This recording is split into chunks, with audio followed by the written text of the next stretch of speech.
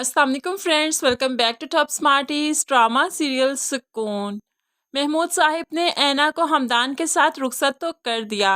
अब गुस्से में ये कदम उठाया, लेकिन बेटी की रुखसती के बाद काफ़ी परेशान हो जाते हैं। परेशानी के बायस उनकी तबीयत इतनी ख़राब हुई कि फ़ौरन से पहले हॉस्पिटल ले जाना पड़ा। यहाँ पर जाकर भी आयमा को सिर्फ अपनी बहन का ही ख्याल था। अपनी माँ से कहने लगी, आप लोगों ने कितनी आसानी से एक अनजान इंसान के साथ ऐना को रुखसत कर दिया। इतना भी नहीं सोचा कि वो क्या हाल करेगा उसका। अब यहाँ पर तो माँ बस रोने लगी तो पुप्पो बोलने लगी, कोई ज़रूरत नहीं उसे याद करने की, ऐसी लड़कियों को याद नहीं किया जाता, भूल जाते हैं। तो यहाँ पर आयमा कहने लगी, कैसे भूल जाऊँ, मेरी बहन है, मैं नहीं भूल सकती उसे। तो पुप्पो भी और गुस्से में कहने लगी, जो लड़कियाँ इज्जत का जनाजा निकाल देती हैं उनसे दूर रहने में ही अक्लमंदी है। ऐसी लड़कियों के साथ रिश्ता ख़त्म कर देना चाहिए। और तुम भी अब समझ जाओ कि वो तुम्हारी बहन नहीं, इस घर से उसका कोई ताल्लुक, कोई रिश्ता नहीं। लेकिन आयमा ये बात सुनने को, समझने को नहीं तैयार। दूसरी तरफ उस्मान भी बहुत बुरी कंडीशन में है।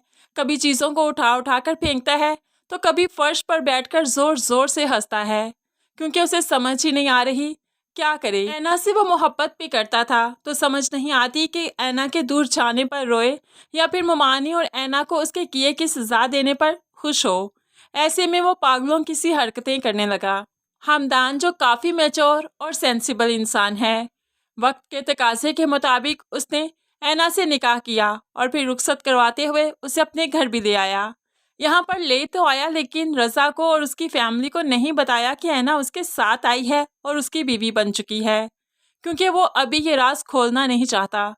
इसीलिए वो रज़ा से कहने लगा, वो लड़की आई थी, तुम्हें उसे वापस नहीं भेजना चाहिए था, सारी कश्तियाँ जलाकर आई थी, तुम्हें क्या हुआ, तुम अपनी मोहब्बत से पीछे क्यों हट गए, तुम तो उस पर मर मिटने को तैयार थे, और वो भी तो तुमसे कितनी मोहब्बत करती थी, तभी तो सब छोड़ छाड़ कर तुम्हारे पास आई।